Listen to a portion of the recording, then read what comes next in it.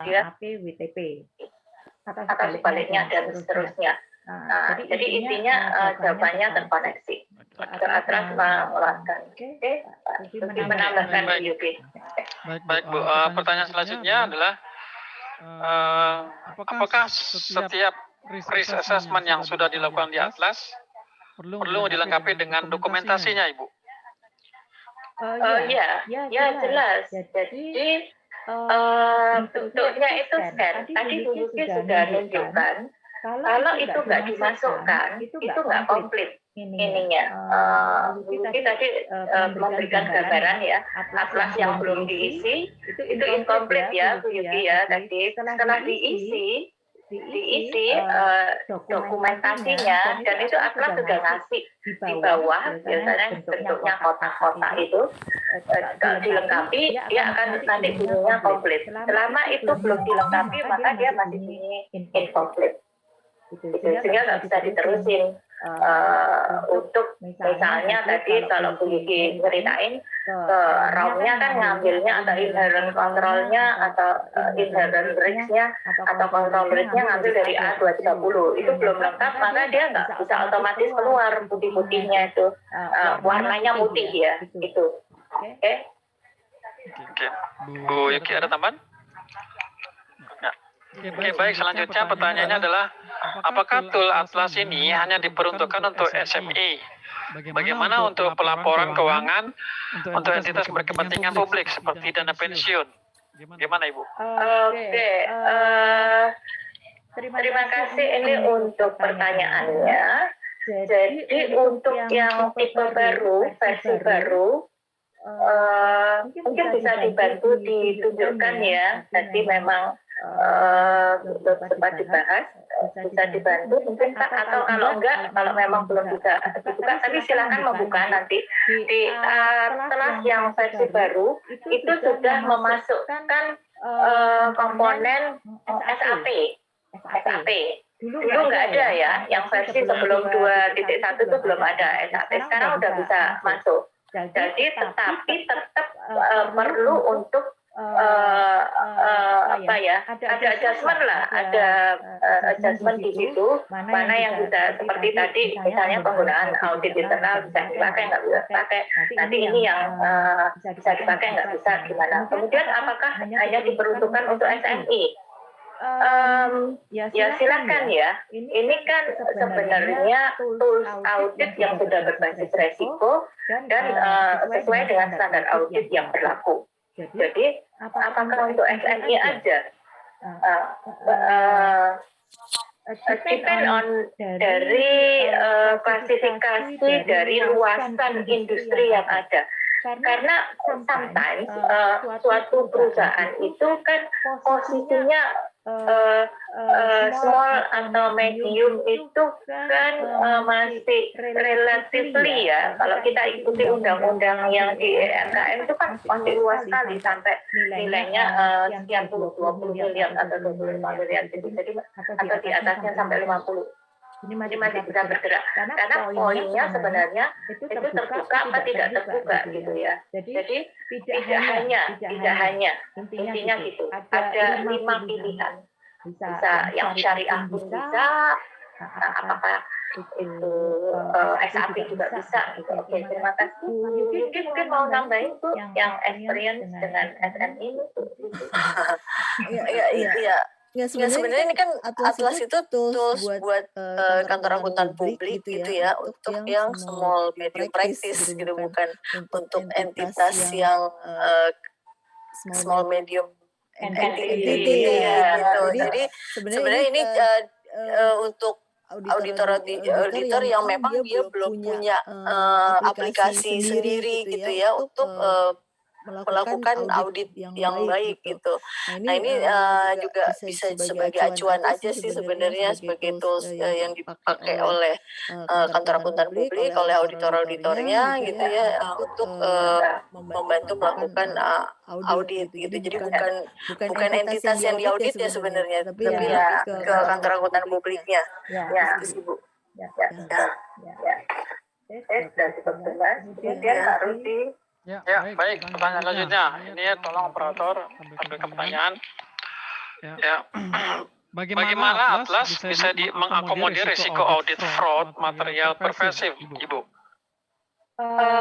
Oke. Mengakomodir resiko audit fraud. Resiko audit fraud itu masuk dalam posisi material misstatement ya. Dia akan kalau spesifik mengetahui fraud itu memang bukan tanggung jawab general audit ya. Kembali lagi tanggung jawab audit adalah memberikan opini apakah jaminan ya, opini itu berisi jaminan assurance, apakah suatu asersi manajemen dalam bentuk misalnya laporan keuangan dan lain-lain itu bebas salah tadi secara material. Yang dia jamin adalah bebas dari salah tadinya secara material. Itu yang dia jamin. Dia tidak menjamin bahwa dia bisa mendeteksi fraud. Itu tidak dia jamin. Sehingga yang akan tampak di dalam itu lebih ke arah memang untuk resiko untuk misstatement-nya ya secara material. Misalnya dia melakukan fraud-nya nggak material misalnya, mungkin nggak kena jaring gitu Pak. Jadi belum tentu akan menjamin ya. Lihat dulu tingkat fraud-nya itu seberapa. Kalau misalnya fraud-nya ikan teri gitu ya nggak kejaring sama material misstatement ini. Dan itu sudah disampaikan di opini. Gitu. Kemudian yang mengenai pervasif, di sini nggak kelihatan pervasifnya apa belum audit ya, Pak Rudi. Fraud material pervasif, Bu. Oke. Oh iya, oke. Pervasif itu meluas. Ya, kalau dia pervasif juga material sifatnya, kemungkinan akan kena, ya, kebaca, akan bisa ketangkep ini. Dari Bu Yuki tadi sudah jelaskan, pertanyaannya sedemikian detail, itu pasti akan kejaring tuh. Kalau ada fraud yang sifatnya material ya. Karena ini yang dijamin adalah material misstatement, bebas dari salah tadi secara material. Tapi kalau nggak material, belum tentu bisa. Dan itu memang kita tidak menjamin. Oke, itu Pak Rudi. Bu Yuki kalau mau menambahkan silakan. Ya, di Atlas itu sebenarnya tadi saya bilang juga bahwa itu hanya sebagai acuan ya. Jadi kayak ada pertanyaan-pertanyaan di situ.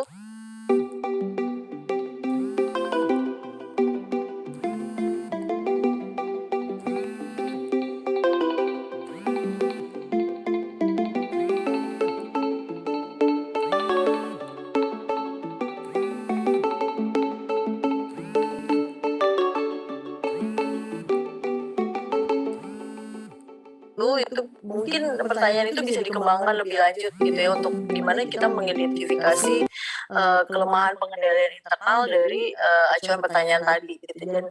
Dan itu bukan sifatnya survei tapi bisa juga sebagai acuan pertanyaan. Jadi memang langsung ditanyakan ke kliennya gitu, ke entitas yang diauditnya gitu, apakah memang hal-hal tersebut dilakukan atau tidak di perusahaan gitu ya. Jadi kita langsung tanyakan saja ke kliennya. Jadi bukan berupa survei tapi bisa kita langsung ditanyakan oleh. Jadi pertanyaan-pertanyaan itu sebenarnya sebagai acuan yang bisa dikembangkan lagi oleh auditor gitu ya.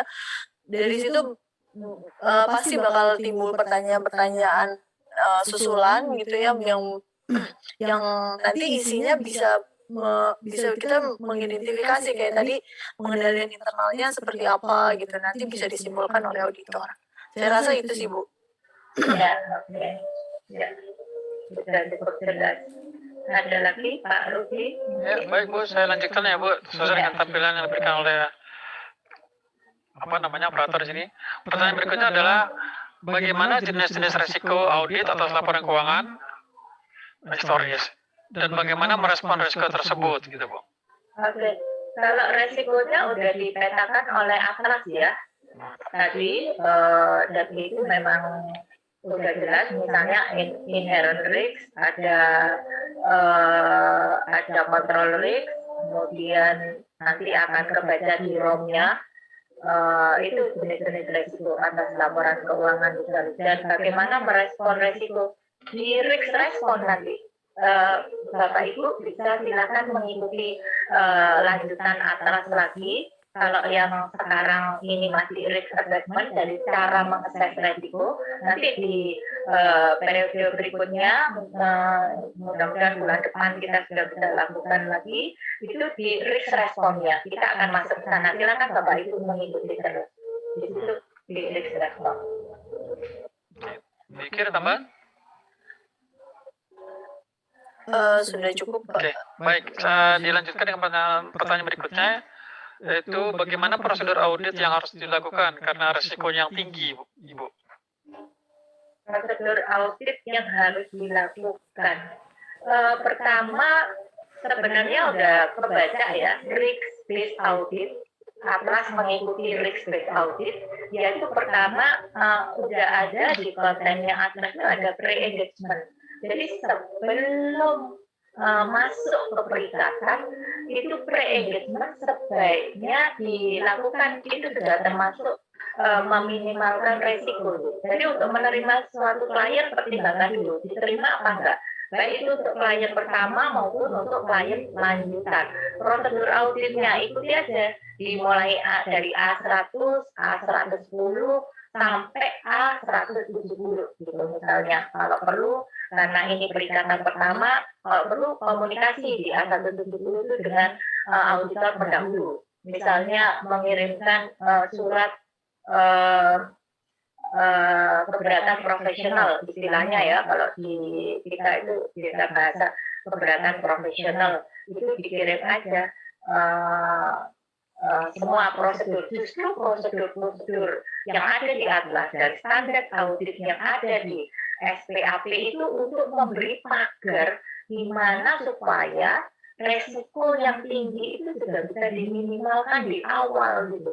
Kalau memang beresiko tinggi dan staff tersebut belum mampu nantinya menghadapi atau meminimalkan resiko itu, ya udah nggak usah dulu gitu. Berikanlah kepada yang ahli atau yang lebih gede atau yang lebih spesifik, atau kalau misalnya investigasi, oh ini sarankan aja ini kalau fraud ini masuk ke investigasi nggak bisa general audit nih gitu misalnya, kayak gitu. Jadi ikuti saja prosedur di Atlas. Insya Allah sudah mengamankan semua resiko. Mungkin mau menambah? Ya, ini kan sebenarnya sekarang baru tahap risk assessment. Jadi begitu tadi kan di tahap risk assessment ini bisa diidentifikasi dulu tuh akun-akun apa sih yang memang risikonya signifikan tinggi gitu ya, high level. Nah itu dengan kita sudah memilih dan mengidentifikasi risiko hanya hanya spesifik di akun yang mana gitu, kemudian nanti di risk responnya bakal bisa kita lanjutkan ke apakah kita mau lebih detail gitu, lebih substantif tesnya dilakukan atau seperti apa gitu. Jadi risk assessment ini sebenarnya sudah membantu sih. Jadi di Atlas itu sudah bisa mengidentifikasi kira-kira risiko-risikonya itu adanya di mana saja gitu. Gitu sih Bu. Oke. Terima kasih Bu Yuki. Pak Rufi, silakan. Selanjutnya ya Ibu, pertanyaannya adalah bagaimana kalau ternyata setelah melakukan komunikasi dengan pihak pengelola nggak ada tanggapan dari pihak ini? Oke. Kalau nggak ada tanggapan, maka audit sudah memberikan langkah-langkah. Ya, pertama lakukan ada 7 cara ya. Misalnya pertama, ini kalau mahasiswa semester 5 itu mestinya udah dapat nih, atau semester 7 di audit 1 dan 2 ya. Itu pertama inquiry, memang nanya-nanya gitu. Tadi Bu Yuki udah kasih perlu misalnya tanya dong ke manajemennya itu loh listnya, apakah ada internal kontrolnya udah oke nih, 1. Tapi itu nggak bisa jadi dasar ya. Meskipun sudah dijawab pun oleh manajemen, itu auditor tetap perlu melakukan langkah lanjutan. Jangan percaya gitu aja. Kita itu tugasnya adalah asasi manajemen itu harus kita uji lagi. Maka dilakukanlah langkah berikutnya, yaitu bisa melalui walkthrough. Lakukan sendiri aja, langsung cek di lapangan. Misalnya nih mengenai siklus penjualan misalnya, atau siklus penjualan, atau siklus pemesanan. Karena kaitannya gini, kalau dia jualan, maka dokumen yang terkait dengan penjualan itu misalnya ada 4. Satu, harus ada persetujuan dari bagian kredit misalnya. Lu bisa jual deh ke si A ini gitu ya, entitas ini gitu, dia aman-aman aja selama ini. Kemudian ada juga memang order penjualannya, pembeliannya, harus ada order pembeliannya sehingga kita bisa jual gitu. Itu dokumen yang kedua.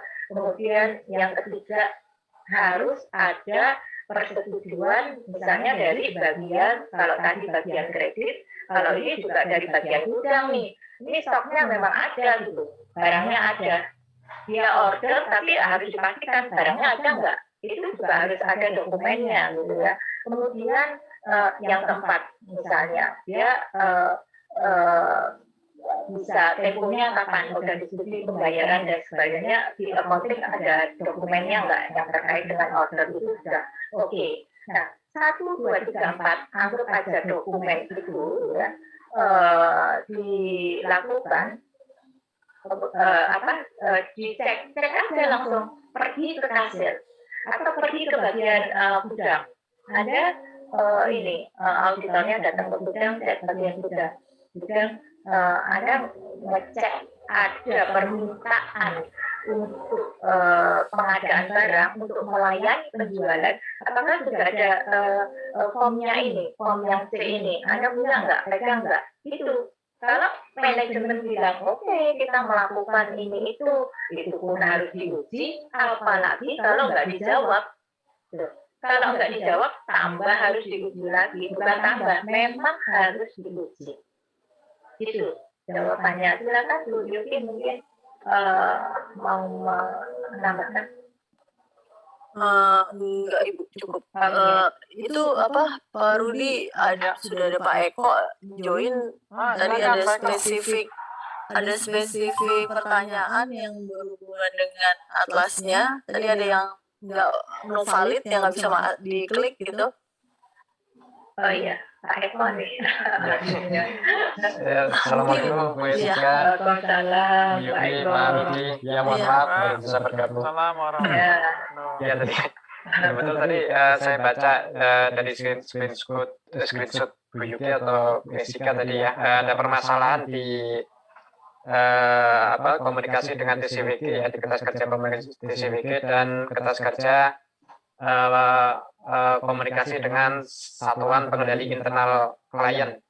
Nah, memang Bapak Ibu di aplikasi Atlas yang Bapak Ibu sudah download di website P2PK, memang linknya ternyata tidak nyambung Bapak Ibu, linknya tidak nyambung, tapi sebenarnya setelah seminggu atau 2 minggu ketahuan linknya tidak nyambung, karena kan itu kan ada pergeseran ini ya, nomenklatur ya, pergeseran nomenklatur di mana untuk komunikasi TCWG dan satuan pengendali internal itu kan ditaruh di atas hasil penilaian risiko salah saji material. Kalau sebelumnya kan ditaruh di bawah. Jadi biar siklusnya itu biar sekuen. Jadi dalam menilai risiko salah saji material itu kan paling tidak juga mendapatkan informasi beberapa kondisi atau beberapa permasalahan yang terkait dengan tujuan pilihan risiko berdasarkan informasi yang diberikan oleh TCWG, kemudian hasil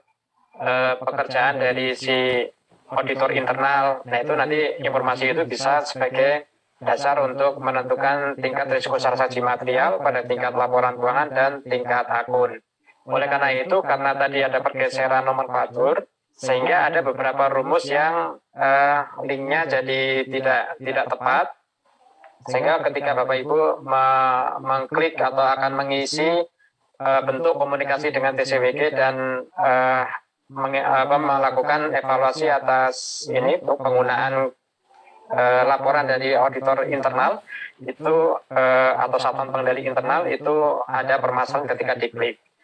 Solusinya Bapak Ibu silakan untuk mendownload kembali aplikasi yang ada di website P2PK. Jadi sudah kami update dan nanti Bapak Ibu silakan dicoba dan nanti semoga udah bisa ini ya, sudah bisa digunakan. Terus juga ada permasalahan lagi, ternyata kalau melengkapi penelitian konservasi material yang gabungan tadi, ketika diklik simpulan, ternyata statusnya walaupun di kertas kerja statusnya komplit, tapi kalau Bapak Ibu lihat di dashboard yang ada rangkuman tingkat penyelesaian itu ternyata tidak nyambung. Jadi kalau itu komplit, tapi ketika di dashboard ternyata tidak komplit. Nah, memang tadi ternyata ada penggeseran rumus ya, jadi ternyata tidak nyambung. Tapi sebenarnya komunikasi komplit yang ada di dashboard yang terkait dengan hasil dan rekonsiliasi material itu diperoleh dari setelah Bapak Ibu mengisi kertas kerja komunikasi dengan TCWG dan satuan pengendali internal, atau ketika Bapak Ibu mengisi TCWG nanti ternyata setelah dibuat simpulan di bagian bawah ternyata kok tidak update statusnya. Nah, ternyata status itu berasal dari pengisian kertas kerja di bawahnya, yaitu pengisian risiko salah saji material. Jadi ada pergeseran karena perubahan nomenklatur tadi. Jadi silakan untuk bisa diunduh kembali dan dicek apakah link yang tidak nyambung terkait komunikasi dengan TCWG dan pekerjaan auditor internal itu bisa diselesaikan ya. Oke, mungkin juga sama ini terkait dengan laporan keuangan dana pensiun.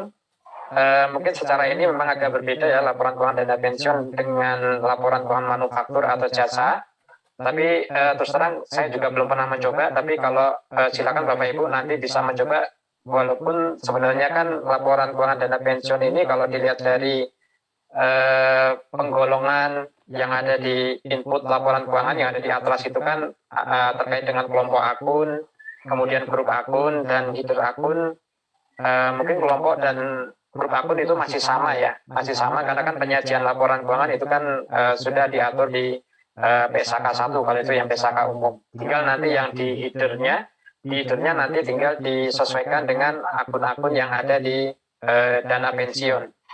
Nah, kemudian mungkin di laba ruginya mungkin ini yang mesti agak berbeda dengan yang komersial karena atlas sendiri dipakai untuk komersial. Tapi ya walaupun berbeda ya paling tidak masih tetap bisa di input data laporan keuangan dan beberapa nama-nama akunnya tadi bisa diedit di bagian atas ya yang tambah header ya, klik tambah header untuk merubah atau memodifikasi nama akun-akun apa yang perlu disajikan.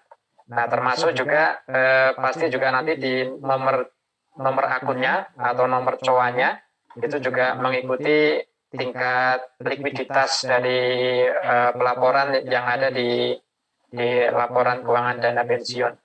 Ya mungkin itu saja tambahan dari saya, Bu Yuki, Bu Esika, Pak Rudi, terima kasih. Ya, baik. Nah, waktunya sebenarnya sudah habis. Mungkin bisa tambahkan 1 atau 2 pertanyaan lagi ya, boleh Bapak Ibu?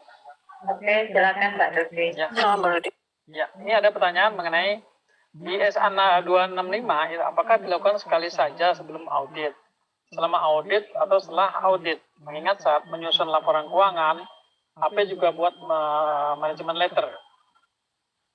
Oke, SA 265 ini adalah perihal standar audit pengkomunikasian defisiensi dalam pengendalian internal kepada pihak yang bertanggung jawab atas tata kelola dan manajemen.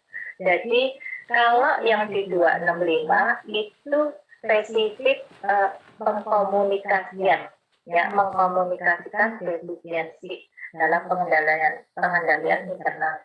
Kalau nggak komunikasinya, kalau yang resikonya bisa dilihat di 260 misalnya di SA. Tapi sekarang pertanyaan spesifik di SA 265, apakah dilakukan sekali saja sebelum audit, selama audit, atau setelah audit?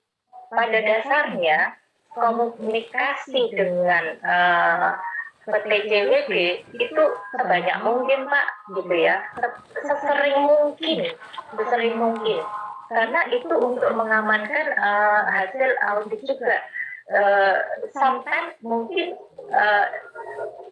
ada industri tertentu yang memang, misalnya nih Pak ya, kalau sedang audit misalnya jalan tol, nah itu urusan insinyur ya, misalnya akuntan tidak terlalu tahu teknik, ya maka harus banyak berkomunikasi, misalnya perihal tekniknya. Akuntan untuk memastikan aja itu dokumennya, datanya semua sudah benar nggak. Kalau misalnya auditor diberikan, ini contoh ya, contoh prakteknya nih Pak, misalnya kata si pembuat jalan tol itu yang ngerjain, dia bilang ini udah 17% Bu jadinya ini jalan tol ini.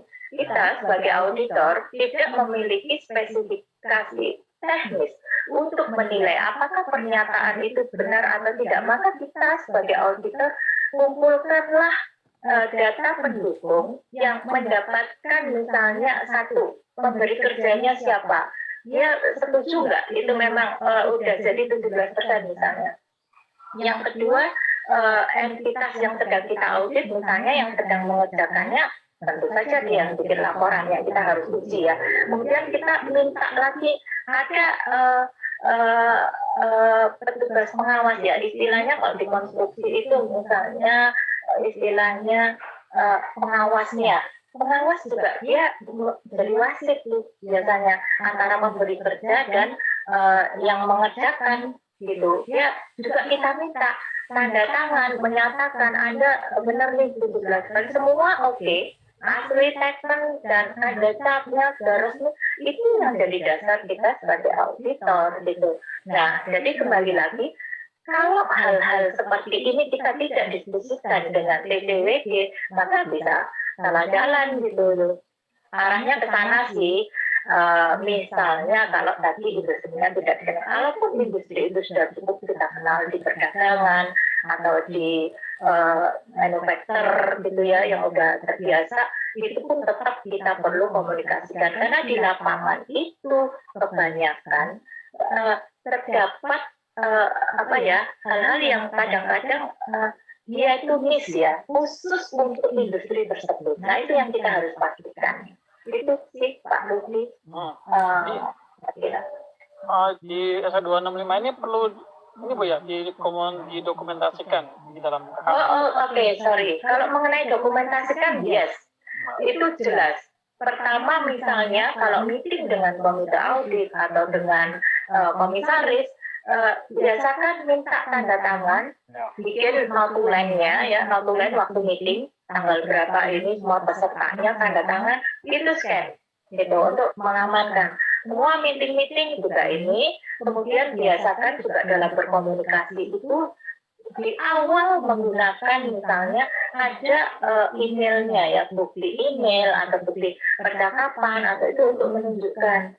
Jadi kalau misalnya pakai virtual kayak gini ya difoto aja nih, kita sedang virtual, banyak cara untuk mendokumentasikan, tapi jawabannya Pak Rudi harus didokumentasikan.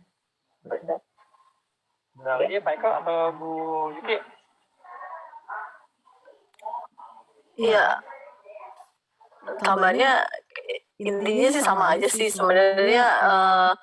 Dokumentasi kertas audit itu harus ya, maksudnya memang karena di SA pun diharuskan gitu. Cuman kalau atlas itu kan hanya bagian dari kertas kerja gitu. Jadi dokumentasi pendukungnya itu bisa dilakukan di luar atlas ini gitu. Jadi apa namanya, atlas itu kan hanya sebagai acuan aja sebenarnya. Gitu sih tambahannya. Oke, baik. Iya, Pak Rudi, mohon izin Pak Rudi. Silakan Pak. Ya, sedikit menambahkan aja Pak.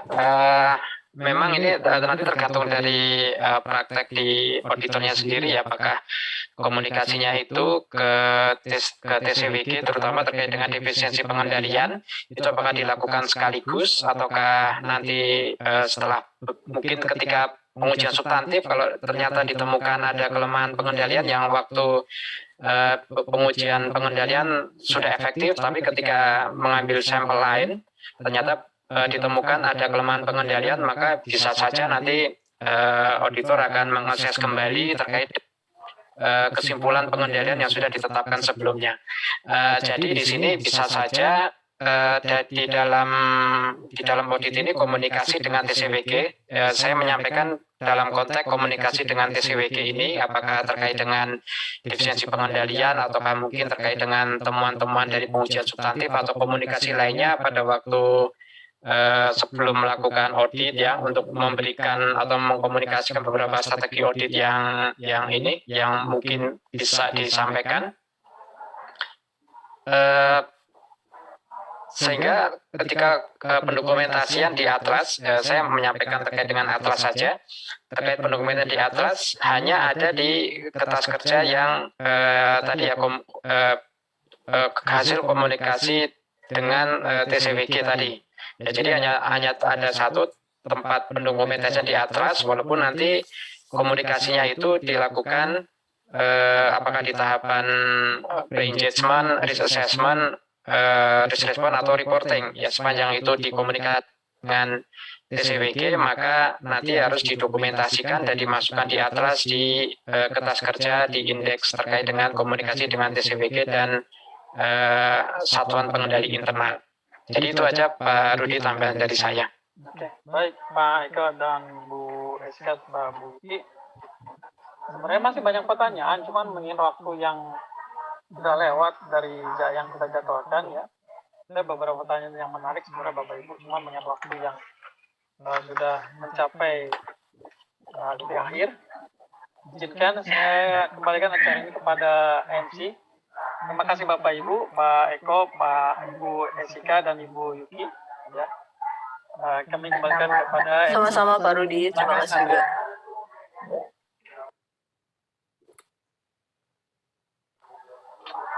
Asri. Ya, baik. Terima kasih Pak Rudi Prasetyo. Kami mengucapkan terima kasih kepada narasumber yaitu Ibu Esika Wasri dan Ibu Anita Yukiana yang telah menyampaikan materinya pada siang hari ini. Dan juga kami mengucapkan terima kasih kepada moderator yang telah memandu acara webinar hari ini, sehingga acara webinar hari ini dapat berjalan dengan lancar. Dan juga perkenankan saya untuk menginformasikan link evaluasi dan tata cara mendownload e-sertifikat pada acara webinar hari ini.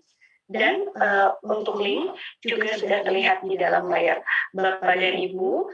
Peserta sosialisasi Risk Assessment 2 Atlas ini akan mendapatkan sertifikat dengan ketentuan sebagai berikut.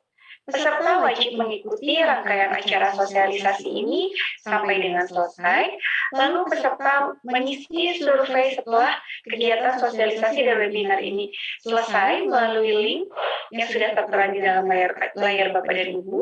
Lalu Bapak dan Ibu juga memasukkan 3 kalimat kunci dengan tepat sesuai dengan tanggal pelaksanaan sosialisasi ini di dalam survei tersebut.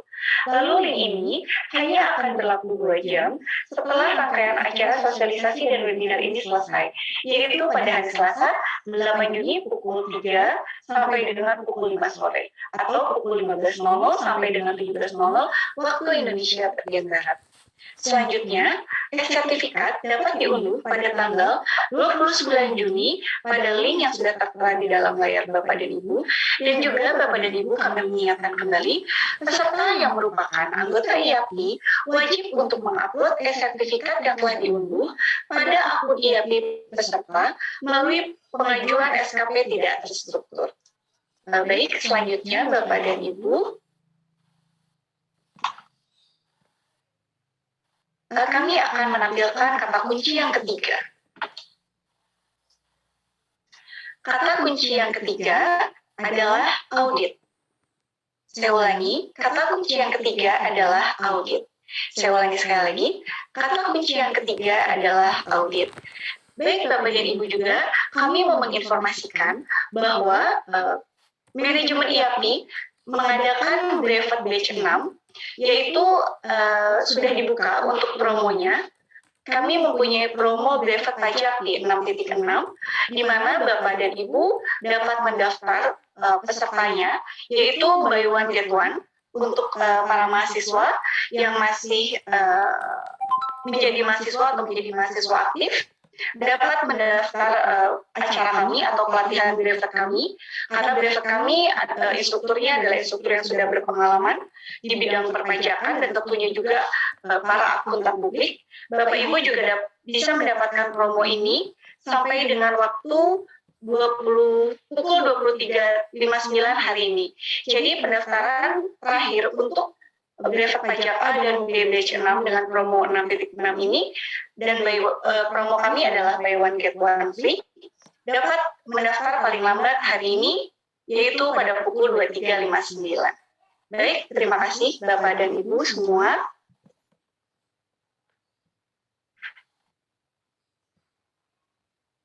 Mengalami kendala dalam mengikuti webinar online ini, Bapak dan Ibu dapat menghubungi WhatsApp yaitu 081 9287 8707, lalu di CS2 di 0811 8402 405. Baik Bapak dan Ibu semua, kami akhiri webinar hari ini. Kami selaku penyelenggara mohon maaf apabila ada kekurangan di dalam melaksanakan webinar hari ini. Wassalamualaikum warahmatullahi wabarakatuh, dan sampai ketemu lagi di webinar Atlas selanjutnya di bulan depan. Waktu dan tempat akan kami informasikan lebih lanjut. Terima kasih. Selamat sore. Bapak dan Ibu yang ada di Zoom meeting, untuk tidak keluar dulu di dalam Zoom, karena kita akan melakukan sesi foto bersama.